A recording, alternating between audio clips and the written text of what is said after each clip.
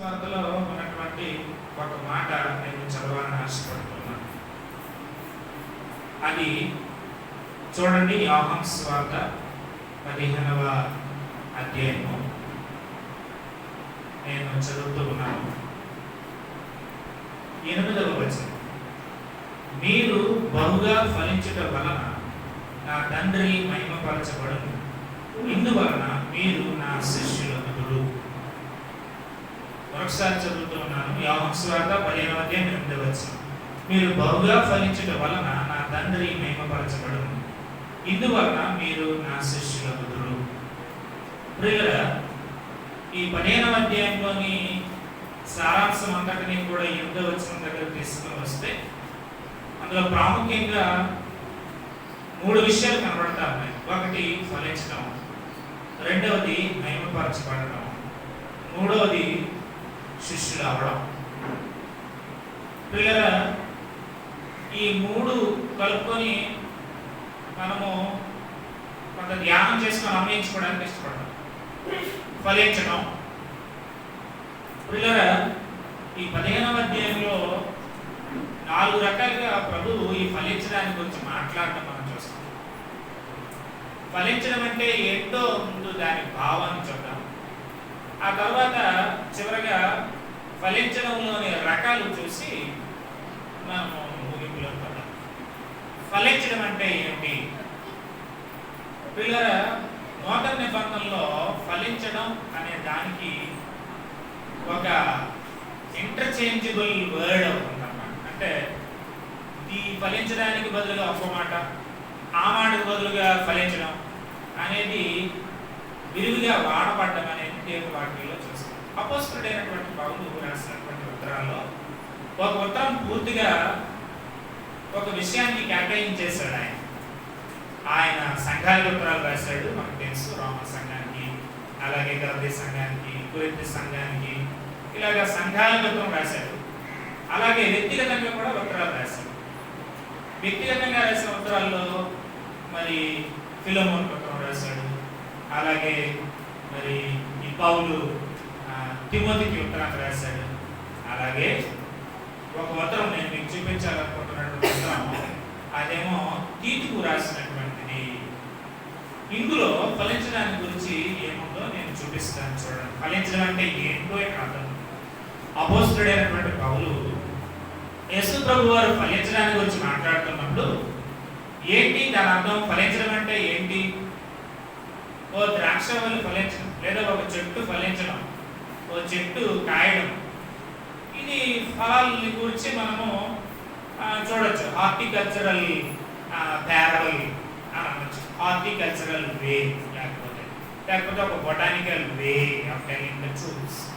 ఒక సత్యాన్ని చెప్పడానికి ఆయన హార్టికల్చర్ని, ఉద్యానవన ఉపమానం వాడాడు యేసు ప్రభు. ఓ సత్యం చెప్పడానికి, ఓ విషయం చెప్పడానికి. ఏంటా విషయం అని అంటే పిల్లరా, అది ఫలించడం. సో ఫలించడం, ద్రాక్షవల్లి ఫలించడం, ద్రాక్ష పళ్ళు కాయడం అనేది మనకు అర్థమైపోతుంది. దాన్ని ఆధారంగా చేసుకొని ప్రభు మనకేం చెప్పాలనుకుంటున్నాడు?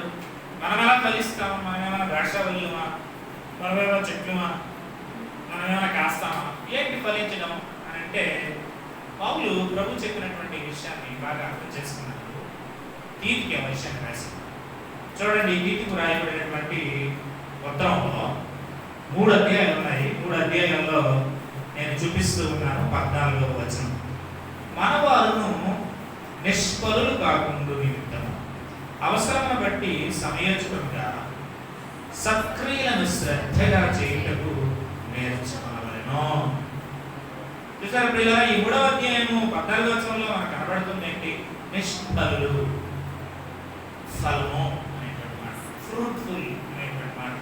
ఫ్రూట్, వాట్ ఈజ్ ఫ్రూట్ అనేది మనం చూస్తాం.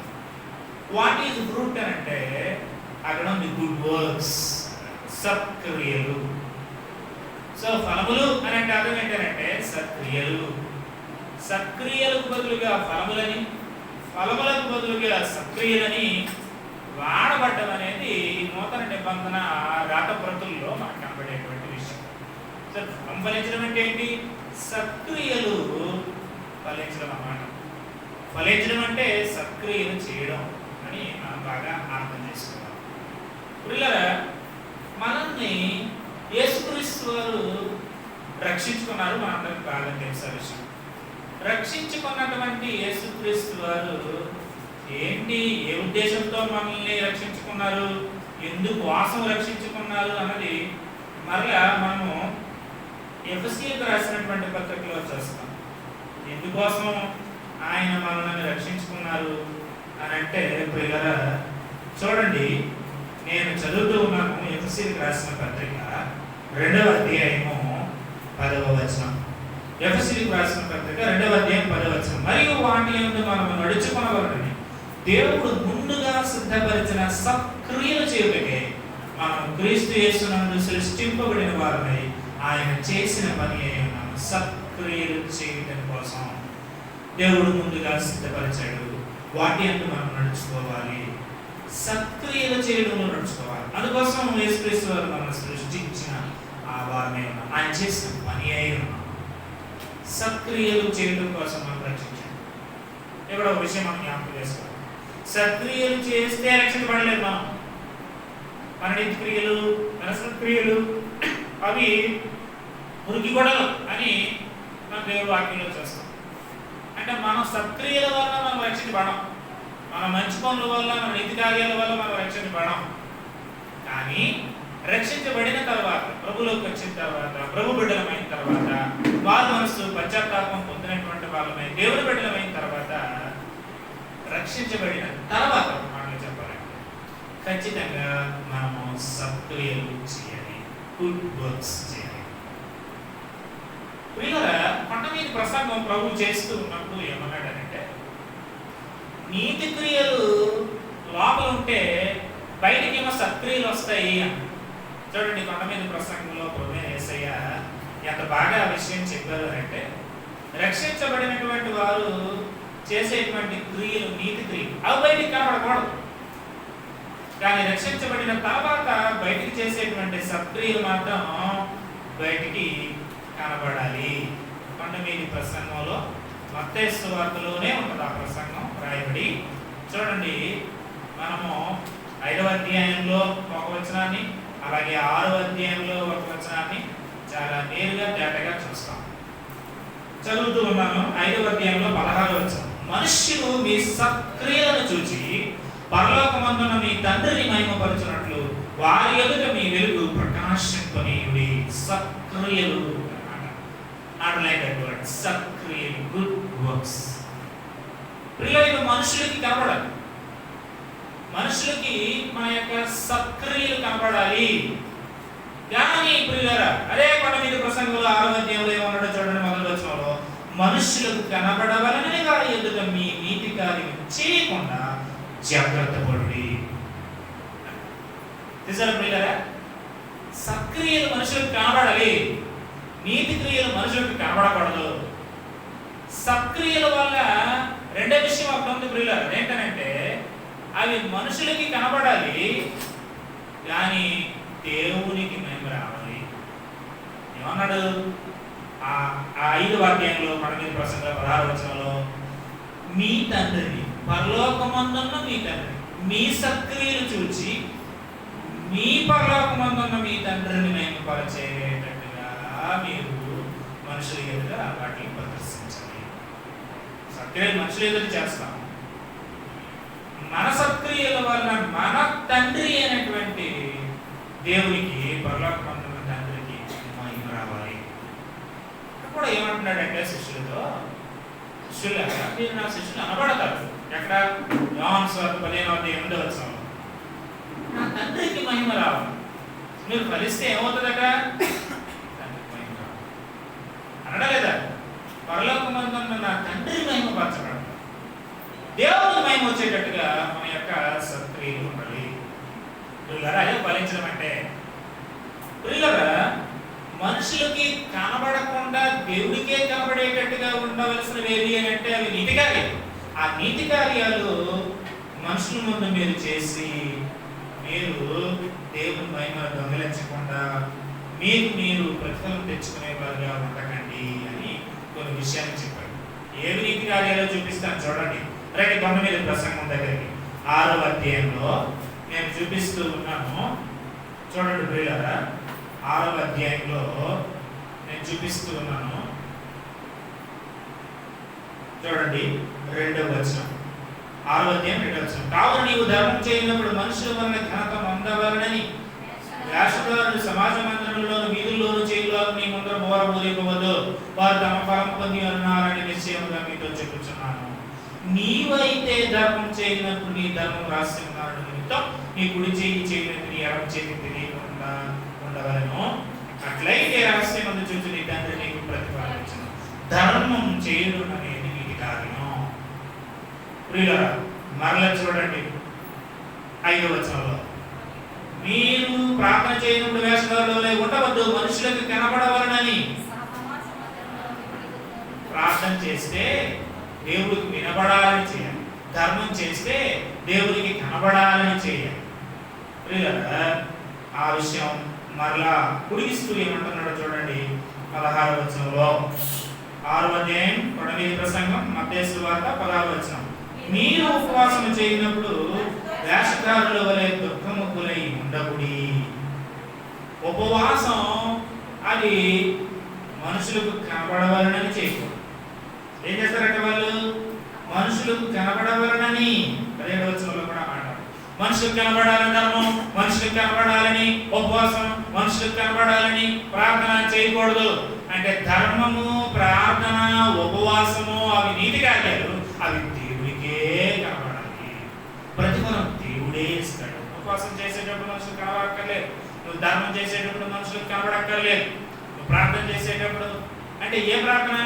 సామూహికంగా ప్రార్థన చేసేటప్పుడు అందరికీ కనబడేటట్టుగా స్పష్టంగా చేస్తే అందరూ ఏకీభవించి ఆమె చెబుతారు. ఇక్కడ కాదు, బహిరంగ ప్రార్థన గురించి కాదు ప్రభు చెప్పింది. రహస్య ప్రార్థన, నేను రహస్యంగా చేసుకుంటున్న ప్రార్థన మనుషులకు కనబడాలనే ఉద్దేశంతో చేయకూడదు, మనుషులకు వినబడాలనే ఉద్దేశంతో చేయకూడదు.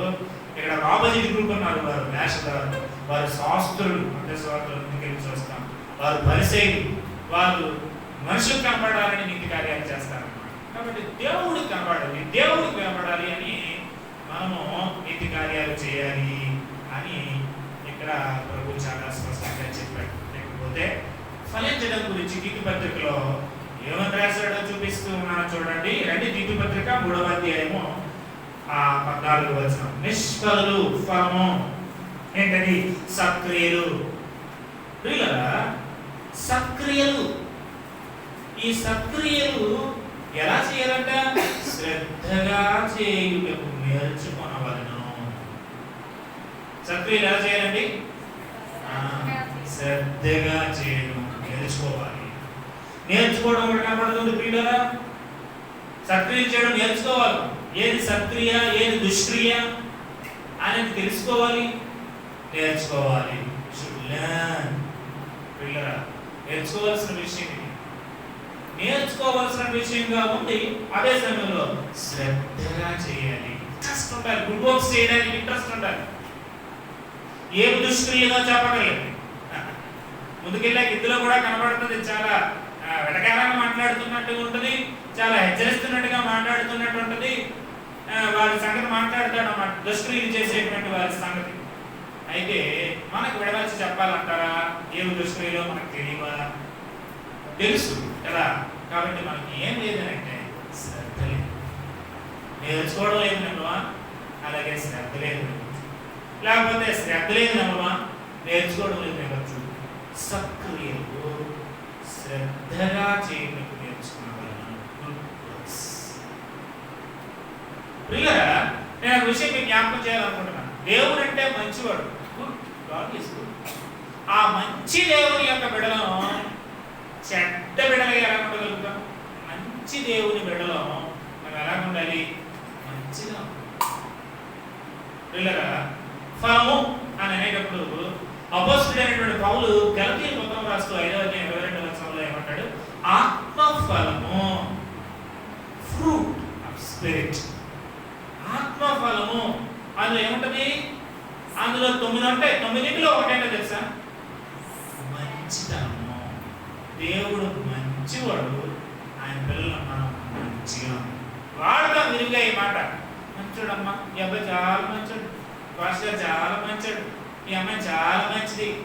సంబంధాలు వచ్చినప్పుడు అయితే పెళ్లి సంబంధాలు ఈ మాట వాడకుండా ఉంటుంది. మంచి సంబంధం చూడండి అన్నమాట, అదే మంచిది, మావాడే అయి ఉండాలి, మాదాయే అయి ఉండాలి, అదే మంచిది. కులం, మన కులం అయితే మంచి సంబంధం, గోల్డ్ అంత ఇస్తే మంచి సంబంధం. పిల్లరా మంచిది, బాగా ఇస్తే మంచిది మంచిది అంట, లేకపోతే చెడ్డది అంట. మనకు నచ్చితే మంచిది, మనకు నచ్చకపోతే ఎంచి పక్కన పడేస్తాం, చెడ్డది అంటాం. పిల్లరా మంచి అని అంటే దేవుడిలోనే, దేవుడే మంచివాడు. పిల్లలు God is good all the time. Good అనేటువంటి పదం కూడా గాడ్ అనేటువంటి పదంలో నుంచి వచ్చింది. దేవుడు మంచివాడు అయినప్పుడు మనం కూడా మంచిగా ఉంటుందా? మంచితనము అనే ఫలం ఫలించుట. గుడ్నెస్ ఉంటుందా? బ్యాడ్నెస్ అనేది ఉంటుందా? అలా ఫలిస్తామా? Bad fruit, good fruit. అందుకే ఫలితం అనే మాట ఫలము ఫ్రూట్లోనే చూసాం. ఫలితము, పరీక్షలు రాశారు, రిజల్ట్ వస్తుంది, ఫలితము అంటారు. ఫలితము పాస్ అయ్యారనుకోండి అది సత్ఫలితము, పోయారనుకోండి అది దుష్ఫలితం అయిపోతుంది కదా. దుష్ఫలిత, చెడ్డ ఫలిత, సత్ఫలిత, మంచి ఫలిత, గుడ్ రిజల్ట్, బ్యాడ్ రిజల్ట్. ఎలాంటి రిజల్ట్ వస్తుంది అన్నమాట మన Christianity. Christ is good but Christians are bad. బై ఫలించడం లేదు ఎందుకు? క్రీస్తు మంచివాడే, కానీ ఆయన అనుసరిస్తున్నటువంటి వారిలో, ఆయన వెంబడిస్తున్నటువంటి వారిలో, ఆయన నమ్మిన వారిలో ఆయన బిడ్డలుగా పరిగణించబడి మనమే పిలుచుకుంటున్నాం. క్రీస్తువులు మనం మంచితనం లేకపోతే మంచితనం. నాకు ఒక విషయం చాలా ఇష్టం.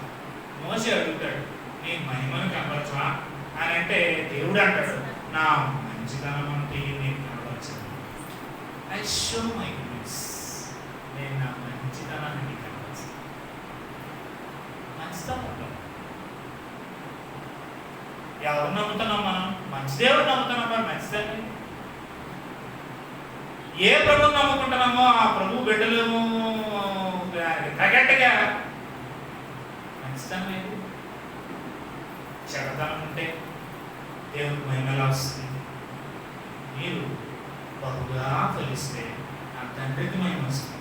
మీరు సక్రియలు మనుషుల ఎదుట ప్రకాశించండి. మనుషుల ఎదుట నా తండ్రికి మహిమ వచ్చినట్లుగా మీకు ఇస్తాం. లేకపోతే మీ క్రియలు, మీ సక్రియలు దేవునికి మహిమ గ్లోరీ. హల్లెలూయా అంటే హల్లెలూయా వచ్చింది, ఆయనకి మహిమ వచ్చేది. ఘనత నీకే అంటే వచ్చేది. నువ్వు మంచిగా మసులుకుంటే దేవునికి మహిమ వస్తుంది. నువ్వు చెడ్డతనాన్ని వదులుకుంటే దేవునికి మహిమ వస్తుంది. Glory to God. How can we glorify God అనేది జ్ఞాపకం చేసుకోవాల్సిన విషయం. పిల్లరా శ్రద్ధగా చేయాలి. ఆ విషయంలో శ్రద్ధ లోపిస్తే నచ్చినట్టు బతుకుతాం. వెరీ ఇంట్రెస్టెడ్గా వర్క్ చేయాలి. సక్రియలు ఎలా చేయాలండి? శ్రద్ధగా చేయాలి. శ్రద్ధ ఉండదు కొంతమందికి, గొప్ప అశ్రద్ధ వహిస్తారు. ఆపోజిట్, అశ్రద్ధ వహించకూడదు, శ్రద్ధగా. ఇంకొకటి నేర్చుకోవాలి విషయం. ఇలాగా సక్రియలు చేయాలి. గుడ్ హ్యాబిట్స్ అని పిల్లలకు నేర్పిస్తాం. ఉదయాన్నే వేగంగా లేవాలి, పళ్ళు తోముకోవాలి, బ్రేక్ఫాస్ట్ చేయాలి, వేగంగా పడుకోవాలి, పెద్దలని గౌరవించాలి. గుడ్ హ్యాబిట్స్ అంటారు కదా. మరి ఇవి పిల్లలకు నేర్పిస్తాం కదా, మనం నేర్చుకోవద్దా? పౌలు అంటున్నాడు, మనం నేర్చుకోవాలన్నా అలా వెనక్కి వెళ్తూ మనం ముగించేద్దాం. చూడండి, మరి కొంచెం ముందుకు వెళ్ళినట్లయితే 8వ వచనంలో ఈ 3వ అధ్యాయంలోనే 2 సార్లు సక్రియల గురించి చెప్పాడు. చదువుతూ ఉన్నాను. 3:8 తీతు పత్రిక. ఈ మాట నమ్మదగినది కనుక దేవుని యందు విశ్వాసం ఉంచిన వారు సక్రియలను శ్రద్ధగా చేయుట యందు మనస్సుంచునట్లు నీవి సంగతులను గురించి దృఢముగా చెప్పుచుండవలనని కోరుచున్నాను. సక్రియలు చేయుట యందు, శ్రద్ధగా చేయుట యందు ఏం కావాలట? మనస్సుంచాలి, మనసు పెట్టాలి. అర్థమవుతుందండి? Interest, learning with mind. మనసు ఉంచాలి. మనసు ఉందా? మనస్సు ఉంచినట్లు సక్రియలు చేయడంలో మనసు ఉండాలి. అసలు ఆ మనసే లేదనుకోండి, మరి సక్రియలు ఇంకేం చేస్తాం? చేయుటయందు పిల్లరా మనసు ఉండాలి. మనసు పెట్టని పనులు ఎలా ఉంటాయి మనకు బాగా తెలుసు కదా. కాబట్టి స్థలంలో చేరినటువంటి మనం ఫలించడానికి గురించి నేర్చుకుంటున్నాం. ఫలించడం అంటే సక్రియలు. సక్రియలు శ్రద్ధగా చేయటయందు నేర్చుకోవాలి. సత్క్రియలు చేయటయందు మనసు మైండ్ పెట్టాలి. అయ్యో నేను మనసు ఉంచాలి, నా హృదయం ఉంచాలి, నేను ఆ విషయంలో ఆలోచించాలి. పిల్లరా లాస్ట్ టైం మనం చూసాం కదా, ఆలోచించాలి. ధ్యానం చేయడం అంటే ఆలోచించాలి. దేవుని గురించి ఆలోచించాలి, దేవుని కార్యాల గురించి ఆలోచించాలి, ఆయన్ని, ఆయన వాక్యాన్ని, ఆయన యొక్క లోకాన్ని ఆయన సృష్టించిన దాన్ని వచ్చినటువంటి ఆలోచన థింక్ అనేది చాలా ప్రాముఖ్యమైనటువంటి విషయంగా మనస్సుంచినట్టు. ఇది నమ్మదగింది. దేవుని యొక్క విశ్వాసం ఉంచిన వారి పని చేయాలి. దేవుని యొక్క విశ్వాసమే లేదనుకోండి, ఎలాగా సండే స్కూల్లో విషయం జ్ఞాపకం చేసుకున్నాం. దేవుడు ఉన్నాడా? ఎలాంటి వాడు ఆయన? మంచివాడు ఆయన. ఏంటి ఆ మంచితనం? ఒకటి, ఆయన ఆయన సహాయం చేసేటువంటి వాడు. సో సహాయం చేసే గుణం ఆయనకు ఉంది కనుక ఆయన బిడ్డలుగా మనం కూడా ఒకరికొకరు సహాయం చేసుకోవాలి. పిల్లలు తల్లిదండ్రులకు సహాయం చేయాలి. మగ పిల్లలైనా కానీ తల్లికి వంటలో సహాయం చేయవచ్చు, బట్టలు ఉతకడంలో సహాయం చేయవచ్చు, తప్పులేదు. సహాయం చేయడం. దేవుడిని నమ్మితే, విశ్వాసం ఉంచితే దేవుడు సహాయం చేసేవాడు కనుక మనం కూడా సహాయం చేయాలి. హెల్పింగ్ అనేది నేచర్ ఆఫ్ గాడ్ కాబట్టి ఆయన పిల్లగా అదే నేచర్ మనకి రావాలి. మనం కూడా helping nature, help one another, cooperate one another, love one another. ఆయనలో ఏ గుణాలు ఉన్నాయో అన్నమాట. ఆయన ప్రేమయ్య ఉన్నాడు కనుక మనం కూడా ఇంకా చూసాం ప్రభుత్వ భోజన కాల సమయంలో ఒకరినొకరు ప్రేమించుకోవాలి. ఆ ప్రేమ త్యాగపూరితంగా ఉండాలన్నది ఛాలెంజ్గా తీసుకున్నాం. ప్రాణం పెట్టేట్టుగా అన్నట్టుగా చూసాం.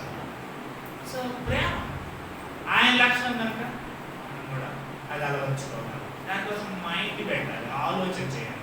అవును కదా, నేను నమ్మిన దేవుడు ఇలాంటి వాడు కదా, మరి నేను అలా ఉంటాను కదా. ఈ థింకింగ్ ఉన్నప్పుడు మన యొక్క ప్రాక్టీస్ బాగుంటుంది. అసలు మనం ఏం ఆలోచించలేదు అనుకోండి, మనకు నచ్చండి. నేను ఇంతే అంటాం వల్ల, నేను ఇంతే, నా పద్ధతి ఇంతే, నా ఉద్దేశం ఇంతే.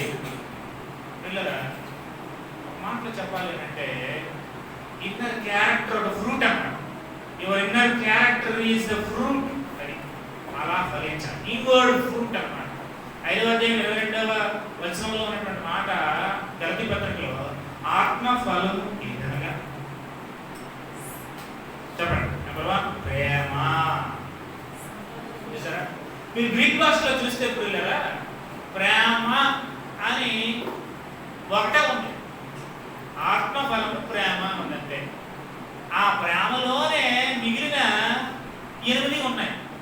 సంతోషము, సమాధానము, దీర్ఘశాంతము, దయాళుత్వము, మంచితనము, విశ్వాసము, సాత్వికము, ఆశా నిగ్రహం. ప్రేమలోనే ఇవి ఉంటాయి.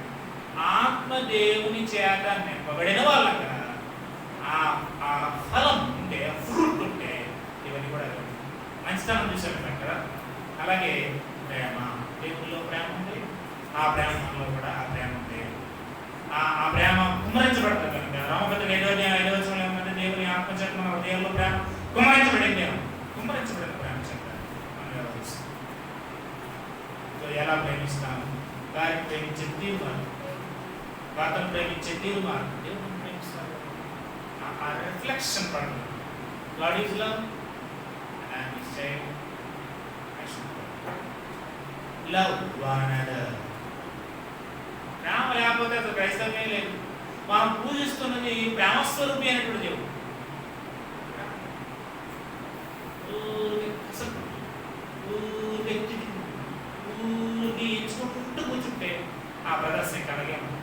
సిస్టర్స్ అలాగే ఉంటారు, ఆ కపుల్ అలాగే ఉంటారు, జీవితాంతం తిప్పుకోవడం కోసం. పిల్లరా, విశ్వాసులు కలవాలి, భార్యాభర్తలు కలవాలి. విశ్వాసులు కలవడం దగ్గర నాకు చాలా బాగా నచ్చినటువంటి ఒక విషయం ఏంటంటే, దావీదు యోనాతానుల హృదయం కలిసిపోయాను అనుకునే మనసులు కలవాలి. పక్కన కూర్చుంటే కలిసిపోతామా?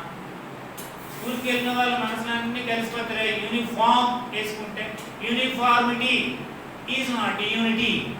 యూనిటీ వేరు, యూనిఫార్మిటీ వేరు. అందరూ ఒకే రకం బట్టలు వేసారు మాత్రం మనసు కలిసిపోయినట్టు కాదు. తెల్ల బట్టలు వేసేస్తే తెల్ల మనసు కాదు, నల్ల బట్టలు వేసిస్తే నల్ల మనసు కూడా కాదు. అది యూనిఫార్మ్. Unity means what? మనసులు.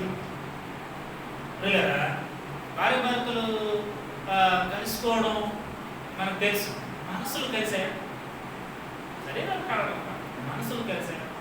హృదయాలు కలిసాయా? బిలీవర్స్ కలిసారా? దావీదు యోనాతానులాగా కలసిపోవడం గురించి ఒక మాట రాయబడింది. ఏంటో తెలుసా? Neat together. గ్యాదర్ టుగెదర్ జరిగింది ఇక్కడ, గ్యాదర్ అయ్యి మాత్రం. బట్ నిట్ టుగెదర్ అయిందా? ముడివేయబడడం జరిగింది. ముడుగులు వేసిస్తే కలిసిపోతారు. మనం మళ్ళీ ముడుగులు వేసినప్పుడు భారతదేశంలో వేస్తారు కాబట్టి దానికి మళ్ళీ వాక్యం తీసుకొచ్చి 3 పేటల తాడు త్వరగా దిగిపోదు అని ముడుగులు వేయండి. దానికి మళ్ళీ తండ్రి, కుమార, పరిశుద్ధాత్మ అవగేస్తే కలిసిపోతారు.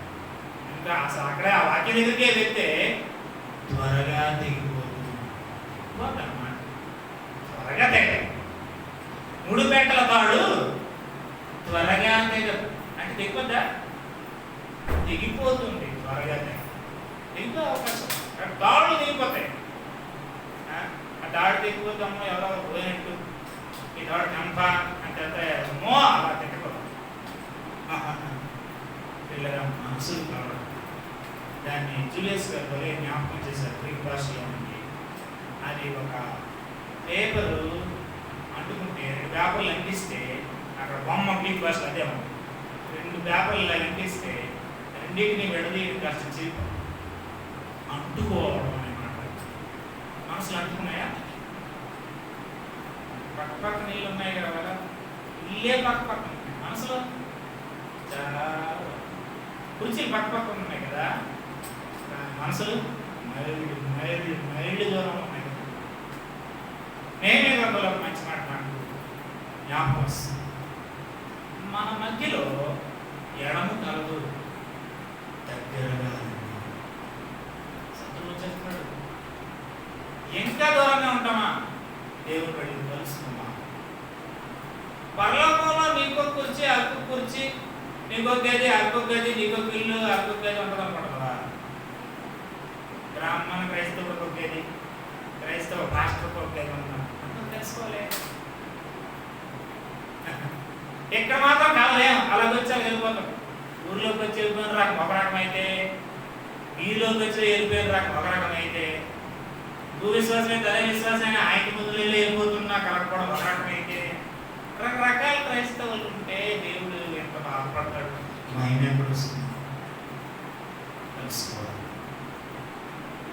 పిల్లల ఫెలోషిప్ అనే మాటకి ఒక మంచి బొమ్మ మనకు 5 నిమిషాలు కురుస్తుంది. బాగా దట్టంగా మంచు కురుస్తుంది. ఫెలోషిప్ అంటే ఏంటో చూడండి పిల్లరా. ఫెలోషిప్ అంటే ఏంటో తెలుసా? దట్టంగా మంచు కురుస్తుంది. ఆ మంచు కురిసే చోట 2 ముళ్ళ పందులు ఈ చలికి తట్టుకోలేక దగ్గరకు వస్తాయి. ముళ్ళ పందులు వెట్ట కొరకు తట్టుకోలేక మంచు నుండి దగ్గరకు వస్తుంటే ఏం జరుగుతుంది? వరుసలు ఏం జరుగుతుంది? దాని దేనిపిస్తుంది, దేని దానికి గుచ్చుకుంటున్నా మెచ్చదనం కోసం దగ్గరకు వస్తుంది. నీకు నాకు చాలా నచ్చుకుంటాను, నేను నాకు నీకు చాలా నచ్చుకుంటాను నేను. అయినా ఆత్మీయ వెచ్చదనం కోసం ప్రభు బిడ్డలంతా దగ్గరే ఉన్నాను. పుచ్చుకున్నట్టే నీవన్నీ నాకు నచ్చవు. నా భర్త అయినంత మాత్రాన నావన్నీ అతనికి, అతనవన్నీ నాకు, భార్య అయినంత మాత్రం నచ్చాలని రూల్ లేదు.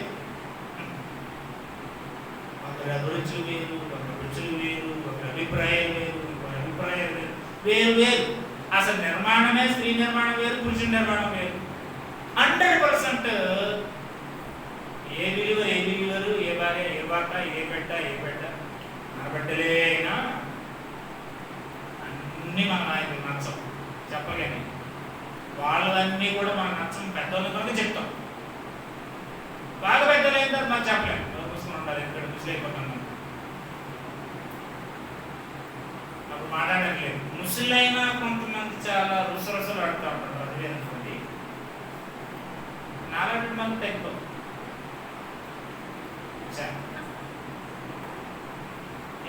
మేము చేతికి వెళ్ళాను బాబు, తప్పు ఇలా ఒకరు బట్టి ఒకరికి పూర్తిగా నచ్చడం జరగదు. నచ్చడం ఎన్నో ఉంటాయి, ఎన్నున్నా కానీ మనం దేవుడు పెట్టమని తెలుసుకోవాలి. మనసులు కావాలి, హృదయాలు కావాలి, దగ్గరగా రావాలి. నెహెమ్యా గ్రంథంలో ఒక మాట మీకు చూడండి, ఒకరి మీద ఒకరు ఆనుకొని ఆనుకొని ఆనుకొని ఆనుకొని నీ మీద నేను అనుకోవాలి, నా మీద నేను అనుకోవాలి, ఒకరి మీద ఆనుకొని ఆనుకొని. అలాగా ఇంకో మంచి మాట ఏం తెలుసా, అందులో మీరు కనిపెడతారు, ప్రభువు పనికి పూనుకొని. భాష గారి కొట్టుకుంటున్నాడు, ఆదివారం కడతలకు మరి తావలాగా వేసి నా తర్వాత మళ్ళీ ఆదివారమే పెరుగుతుంటుంటే దేవుడు పని ఎక్కడ జరుగుతుంది? తెలుగు వెలుగుతాయి, వెలుగు అన్నట్టుగా అలా వేసి అన్నట్టుగా దేవుని పని ఏం జరుగుతుంది? కలిసి దేవుని పని చేద్దామా? ఎన్ని బొమ్మలు చేసుకుంటున్నామా? దేవుని పని సంగతి ఏంటి? సక్రియ. ఆదివారం ఆరాధన సంగతి ఏంటి? స్వార్థ సంగతి ఏంటి? ఈ అవసరం సంగతి ఏంటి? ఆ అవసరం సంగతి ఏంటి? లేదు ఇక్కడ ఏసీ ఉన్న మర్చిపోతాం. ఎప్పుడు లైట్లు రెండు తెచ్చాం, బిగించలేదు, బ్యాటరీ అయిపోయింది. అవసరం దేవుని పని కదా, దేవుని పని సక్రియ. చెప్పాలంటే కూడా ముందు కొంచెం స్కూల్కి వెళ్తే పిల్లలు చూడండి, 2వ అధ్యాయానికి వెళ్తే అక్కడ కూడా సక్రియ గురించి 14వ వచనం చూడండి. ఆయన సమస్తమైన దుర్నీతి నుండి మనలను విమోచించి సక్రియలందు ఆసక్తి గల ప్రజలను తన కోసము పవిత్రపరుచుకొని తన సొత్తుగా చేసుకొనుటకు తన్ను తానే మన కొరకు అర్పించుకొనెను. సక్రియలందు ఆసక్తి అండర్లైన్ చేసుకున్నాను. 3వ అధ్యాయంలో 2 ఉన్నాయి కదా, సక్రియ శ్రద్ధగా దేవుడి కోసం నేర్చుకోవాలి, 3:14. అదే 3వ అధ్యాయంలో 8వ వచనంలో శ్రద్ధగా చేయడం ఉంది, సక్రియకి మనస్సు ఉంచాలి. ఇప్పుడు 2వ అధ్యాయంలో ఉన్నటువంటి మాట ఏంటి? సక్రియంత ఆసక్తి. సక్రియంత ఆసక్తి ఉండదు మన పని. ఇది సక్రియ కాదా అని అసలు ఆ ఉద్దేశంతో ఉండవచ్చు కూడా. అది ఇది దుష్క్రియ కదా, మరి దాని మీద ఎందుకు అంత ఆసక్తి? నీ మైండ్ ఎక్కడ ఉంటుందో అక్కడ ఉంటుంది.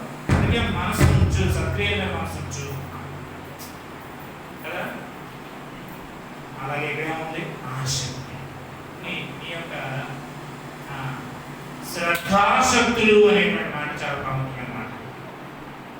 విద్య విషయంలో, చదువుకోవడం విషయంలో ఏమంటారంటే శ్రద్ధాశక్తులు, ఇంట్రెస్ట్, జలస్.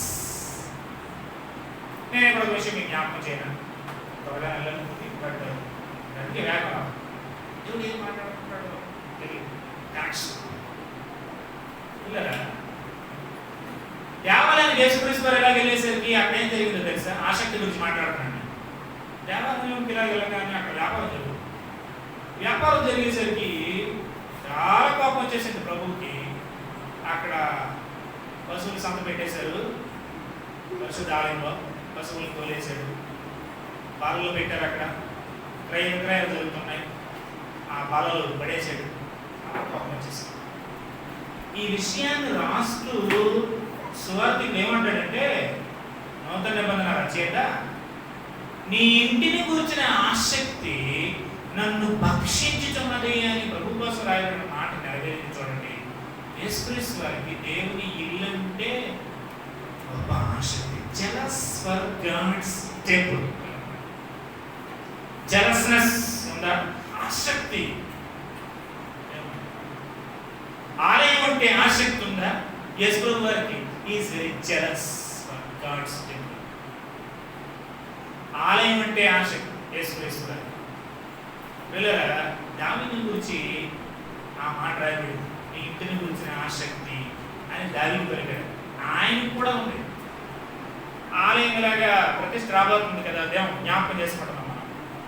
ఎప్పుడో తేదీన 16 యజ్ఞం 20లో మళ్ళీ జ్ఞాపకం చేసుకుంటాం, సెలబ్రేట్ చేసుకుంటాం. ఇలాంటి మందిరం ఒకటి నిర్మించిన తర్వాత దావీదు చాలా సంపాదిస్తాడండి దేవాలయం కోసం. జాగ్రత్తగా చాలా సంపాదిస్తాడు.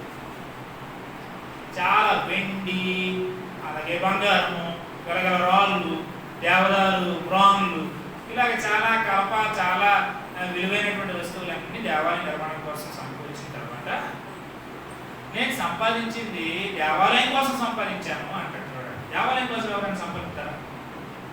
నా కోసం, నా పిల్లల కోసం, నా బ్రతుకు కోసం సంపాదించుకుంటాం మనం.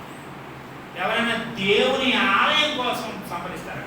దావీదు దేవుని ఆలయం కోసం సంపాదించారు. ఆయనకు అంత ఆసక్తి లేదు. ఆలయం నిర్మాణం జరగాలి, అందుకోసం ముడి సరుకులు కావాలి, రాళ్ళు కావాలి, ఇగో వృక్షాలు కావాలి, ఇగో పదార్థం కావాలి, raw material for the building of God సంపాదించారు. అక్కడతో ఆలయం సుమండి. మళ్ళీ ప్రతిష్ఠ దినమున ఏమంటాడంటే, నేను ఆలయం నిర్మించబడడం కొరకు సంపాదించాను, ఇదిగో ఇప్పుడు నేను బతకడం కోసం సంపాదించుకున్నాను. నేను బతకాలి కదా, నేను తినాలి కదా, నేను జీవించాలి కదా, నా కుటుంబం బ్రతకాలి కదా, దానికోసం కూడా మనం సంపాదించుకున్నాను, అది కూడా ఇచ్చేస్తున్నాను. చూడండి మీరు, దేవుని కోసం, దేవుని ఆలయం కోసం సంపాదించడం గొప్ప సంగతి. ఆలయ నిర్మాణం అయిపోయింది. ఇప్పుడు ప్రతిష్ఠితం అంటాడు, ఇదిగో నా కోసం నేను సంపాదించింది కూడా ఇచ్చేస్తున్నాను. అక్కడ ఏమని రాస్తాడంటే, దావీదు దేవుని మందిరం మీద మక్కువ చేత ఆలాపన చేస్తాడు. మక్కువ ఉందా? ఆలయం అంటే మక్కువ ఉందా? ఆలయం అంటే ఇష్టపడుతున్నామా? సక్రియలు ఎంత ఆసక్తి. చివరి మాట లోనికి త్వరగా మనం వెళ్దాం. చూడండి, ఇక్కడ ఇందాక వెనకాలన్నాను కదా, ఇందాక కాస్త గద్దింపన్నాను కదా, అది చూపించి నేను ముగిస్తాను. మనం కూడా అధ్యాయంలో 2 చూసాం, 2వ అధ్యాయంలో ఒకటి చూసాం, మొదటి అధ్యాయంలో కూడా ఒకటి చూసేస్తే ప్రార్థన చేసేద్దాం. చూడండి 16వ వచనం, తీతుకు రాసినటువంటి పత్రిక 1వ అధ్యాయం 16వ వచనం. దేవుని ఎరుగుదమని వారు చెప్పుకుంటూ, ఇది వెనకాలంటాను, దేవుని ఎరుగుదమని వారు చెప్పుకుందరు. నాకేం తెలియదు యేసుప్రభు వారు చెప్పుకుందరు కానీ అసహ్యులను, అసహ్యమేస్తున్నారు. దేవుని ఎరిగిన వారు ఎరగడం అంటే ఏంటో తెలుసా? నాకు దేవునికి మధ్యలో ఇంటిమసీ ఉంది, నాకు దేవునికి మధ్యలో అన్యోన్య సహవాసం ఉంది, నాకు దేవునికి మధ్యలో చాలా సత్సంబంధం ఉంది. ఎరగడం అంటే knowing God more than intellectuality అన్నమాట. కేవలం మానసికంగా తెలియడమే కాదు, క్లోజ్ అన్నమాట, వెరీ క్లోజ్ రిలేషన్షిప్ గాడ్. ఎరుగుదుము అని చెప్పుకుంటు కానీ అసహ్యమంతా బతుకన్నమాట, అవిధేయులుగా ఉంటారన్నమాట. ప్రతి సత్కార్యము విషయము భ్రష్టులై ఉండి అసహ్యంగా ఉంటారు. దేవుని ఎరిగిన వారు అసహ్యంగా ఉండరు, దేవుని ఎరుగుదమని చెప్పుకుంటారు కానీ అసహ్యంగా ఉండరండి. అసహ్యంగా, ఎంత అసహ్యంగా! దేవుని ఎరగిన వారి దగ్గర కూడా మాకు దేవుడు అంటే తెలియదండి అనే వాళ్ళ దగ్గర అంత అసహ్యం లేదు. దేవుని విలువ చెప్పుకుని కూడా ఎంతో అసహ్యం, ఎంతో అవిధేయత, డిసొబీడియన్స్, డిఫైల్మెంట్ అండ్ డిసొబీడియన్స్, అవిధేయత, చాలా మెడతలుడు అన్నమాట. దేవునికి అవిధేయం, దేవుని ఎరిగామని చెప్పి మళ్ళీ దేవునికి అవిధేయత. పాట లాస్ట్ టైం చాలా మళ్ళీ ఆలోచన చేసి అవిధేయుడను ఆశీర్వదించితివే బ్రతుకంత నీనంట రాలేనా. ఎంత విధేయులు సో డిసొబీడియంట్, దేవునికి ఎంతో విధేయత చూపిస్తున్నటువంటి వారు ఆశీర్వదించే దేవుడు అని ఎరిగిన తర్వాత నువ్వు ఆశీర్వాదకరంగా సంఘానికి, సమాజానికి, నీ ఇంటికి, ఈ లోకానికి, భారతదేశానికి దీవెన తేవాలి తప్ప దేవుని బిడ్డవై ఉండి ఈ దేశానికి దరిద్రం తెచ్చేయాలట, దేవుని బిడ్డవై ఉండి నీ కుటుంబానికి దరిద్రం తీసుకెళ్ళాలట, దేవుని బిడ్డవై ఉండి సంఘానికి దరిద్రం తీసుకొస్తే ఎలాగా. సంగతి తెలుసా, ఒక్కరి వల్లైనా సరే ఆ ఇంటికి, ఆ సంఘానికి, ఆ సమాజానికి, ఆ దేశానికి కీడే. ఎందుకో తెలుసా, విషయం ఎంత అవ్వటం లేదు, ఎంత విషయం మనిషి చంపేసాం. గిన్నెడు పాలను గిన్నెడు విషయం ఎక్కర్లేదు, అంత చుట్టేస్తే చాలు. ఆకాను ఒక్కడే తప్పు చేశాడు, చాలా మంది చంపేశాడు. మాట్లాడు ఇశ్రాయేలీయులు పాపము చేసింది ఒక్కడో.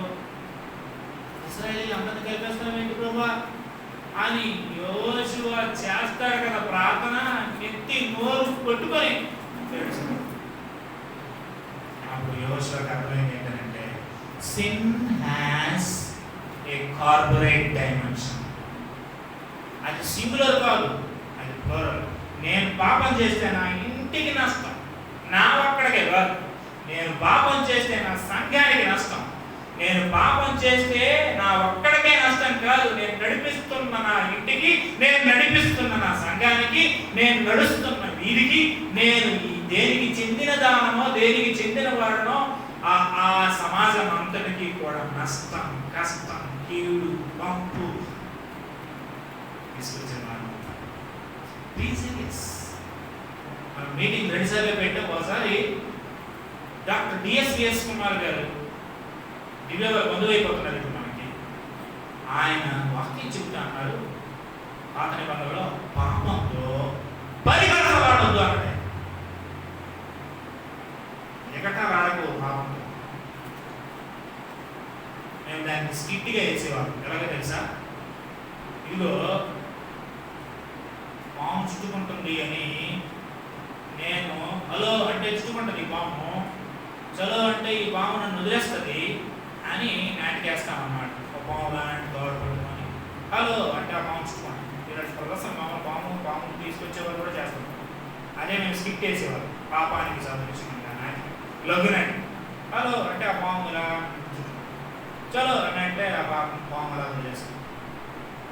చలో అంటున్నా కూడా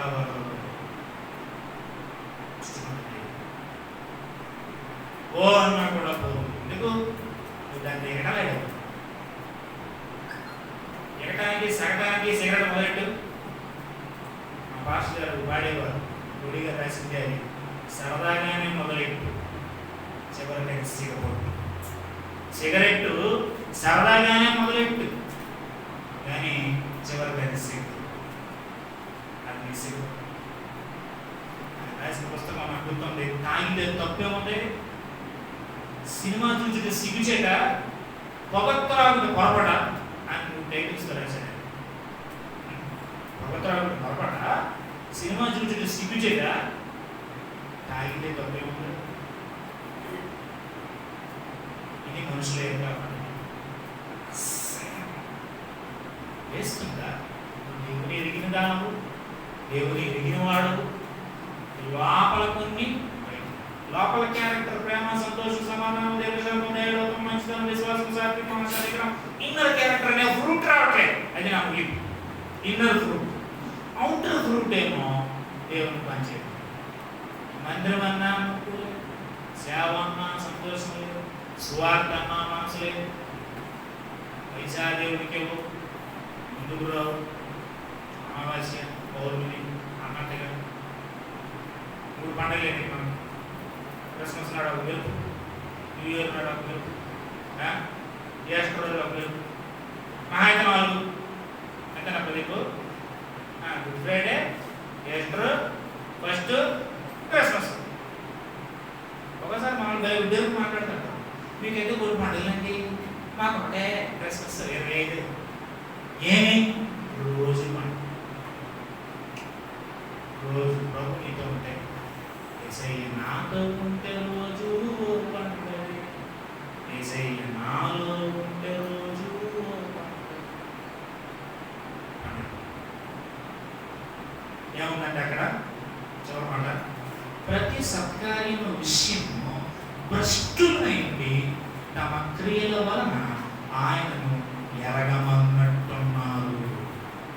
చేసే పనులు బట్టి అవి దుష్క్రియ అయిన కారణం చేత, సత్కార్యాలు చేయకపోవడం చేత ఏమవుతున్నారంటే ఆయన ఎవరో నాకు తెలియదు అన్నట్టుగా ఉన్నారు. దేవుడు ఎవరో తెలియదా నీకు? అంత పరిస్థితి దేవుడు ఎవరో ఎరగలేదా? నువ్వు ఇంకా నరనరాల్లోకి వెళ్ళలేదా? ఆయన మంచితనం, ఆయన ప్రేమ, ఆయన పరిశుద్ధత ఇంకా దిగలేదా? నెత్తి నుండి నీ అధికారుల దాకా ఆ విషయం వెళ్ళలేదా? ఇంటిమేట్ రిలేషన్షిప్ మెయింటైన్ చేయవా? ఇంతేనా నీ బతుకున్నా బతుకు? క్రిస్టియన్ క్యారెక్టర్ ఏది? అది ఫ్రూట్. దేవునికి మహిమలాగా వస్తుంది. ప్రభు అంటున్నాడు మాంసం 15వ అధ్యాయంలో, నా తండ్రి మహిమపరచబడతారు మీరు బహుగా ఫలిస్తే. 15వ అధ్యాయానికి ఇంకా వెళ్ళి చూద్దాము, మిగిలిన లేఖనాలు చూద్దాము. ఇక్కడ వినిపిస్తున్నాను నేను, దేవుని ఎరగమన్నట్టున్నారు, దేవుని ఎరగమన్నట్టున్నారు. 3 అమెరికా చూడండి ఏమో, ఆయనను ఎరగమనువారు. నాకు తెలియదండి, ఆయన ఎరగమనువారు. ఇది ఎంత తీవ్రమైందంటే, సత్యవంతుడైనటువంటి దేవుణ్ణి నమ్మి 3.5 సంవత్సరాలు ఆయనతో పాటు ఉండి అసత్యం పలికినప్పుడు ఏమన్నాడు పేతురు? నాకు తెలియదు, నాకు అస్సలు తెలియదు అనుకుంటున్నాడు. ఎత్తుకుంటున్నాడు, బట్టలు చెప్పుకున్నాడు, చిన్న గుంట అడిగింది అన్నమాట. నువ్వు యేసుక్రీస్తుతో ఉన్నావు కదా, లోకం అలా అడుగుతుందంట, మనం క్రిస్టియన్ కదా, మరి ఇలా ఉన్నామండి, చర్చికి వెళ్తావు కదా? లేదండి అన్నట్టుగా మా లైఫ్ స్టైల్ ఉంది. ఎక్కడికి వెళ్తున్నావో, ఎవరు పూజిస్తున్నావో అలాగే నీ ప్రవర్తన ఫలం ఉంటే ప్రవర్తన. ఆయన బాధంతో ఒకటే, నిన్ను కొలబడి చేస్తే ఆయనకు వచ్చే లాభం ఎట్లేదు, నిన్ను దంచి పడితే ఆయనకు వచ్చే లాభం లేదు. నువ్వు దిద్దుకుంటేనే దేవుడికి దిద్దుకుంటావా? ఆయన గద్దెంపులకు సద్దును అడుగుతావా? సరిదిద్దుకుంటావా? క్యారెక్టర్ని కట్టుకుంటావా? Christian character is a fruit. The character a fruit. ఫలించు. సక్రియలు అవి చేసి అసహ్యంగా అవిధేయులుగా దేవుని ఎరగమన్నట్టు ఉండకూడదు. సక్రియలు అవి చేయడం కోసం మనకి ఆసక్తి ఉండాలి. సక్రియలు శ్రద్ధగా చేయాలి. సక్రియలకి మనసు ఉండాలి. సక్రియలు నేర్చుకోవాలి. తలవంచండి, ప్రార్థన చేస్తాం. ప్రేమ తండ్రి పరిశుద్ధులైన ప్రభువా, ఉదయాన్నం వేళ నాతో మాట్లాడుతున్న మాట, నాతో ఆడుతున్న మాట, మాతో ఆడుతున్న మాట పలికి లేదు ప్రభువా, పలికి లేదు నాయన. క్షమించండి ప్రభువా. సరైన ఫలం లేదు నా బతుకులో, సరైన ఫలం లేదు నా జీవితం. ఆయన ప్రభా, సక్రియ అనే ఫలం ఫలించకుండా ప్రభువా క్షమించిన ఆయన. ప్రార్థన చేసుకుందాం, అలా ప్రార్థన చేసుకుందాం. ప్రేమగా తండ్రి పరిశుద్ధులైన ప్రభువా, ఆయన సక్రియలు మీ బిడ్డగా మేము చేయడానికి సహాయం చేయాలి. దేవా, మీకు మహిమను తీసుకొచ్చే వారిని చేయండి. దేవా, శ్రద్ధ తెచ్చేయండి, ఆసక్తి తెచ్చేయండి. నేర్చుకోవడం మాకు నేర్పించండి, అలవర్చుకోవడం మాకు నేర్పించండి. మనసు తెచ్చింది ఎరగమన్నట్టుగా, ఆయన ఎవరో నాకు తెలియదు అన్నట్టుగా నేను ప్రవర్తించకూడదు, జీవించకూడదు. ఆయన తెలిస్తే ఇదిగో నా దగ్గర కూడా ఈ పరిశుద్ధత, నా దగ్గర కూడా ఈ ప్రవర్తన, నా దగ్గర కూడా ఈ జీవితం, ప్రేమ, సంతోషం, సమాధానం, దీర్ఘశాంతం, దయాళుత్వం, మంచితనం, విశ్వాసం, శాంతి, నాశనం దేవా అవి కనబరిచేవాడిగా నేను మేము ఉండడానికి సాయం చేయాలి. క్యారెక్టర్ కట్టుకోవడానికి సాయం చేయాలి. మీకు మహిమను తీసుకురావడానికి సాయం చేయాలి. మా మీద మీకు ఎంత ప్రేమ ప్రభావం దిద్దాలనుకుంటున్నాం, అందుకే గర్భిస్తున్నాం. మమ్మల్ని వాడిని సరి చేయాలనుకుంటున్నావు, మా మీద నీకు ప్రణాళిక ఉంది, ఆలోచన ఉంది, దృష్టం తెలుసు. మేము ఎలా పోతే పోనీ అని మమ్మల్ని వదిలేదు. అలాగైతే ఇంకా భ్రష్టులు అయిపోతాం, ఇంకా సర్వనాశనం అయిపోతాం, ఇంకా నరక ప్రాప్తులు అయిపోతాం. మేము అసహ్యులుగా ఉండకూడదని, వీరులుగా ఉండకూడదని, భ్రష్టులుగా ఉండకూడదని నువ్వు మమ్మల్ని హెచ్చరిస్తున్నావు. మేము ఫలించాలని కోరుకున్నప్పుడు ఫలించడానికి సాయం చేయండి. ఆయన మేము నీ శిష్యులుగా ఉండడానికి సాయం చేయండి. యేసు ప్రభునామములో ప్రార్థిస్తున్నాను.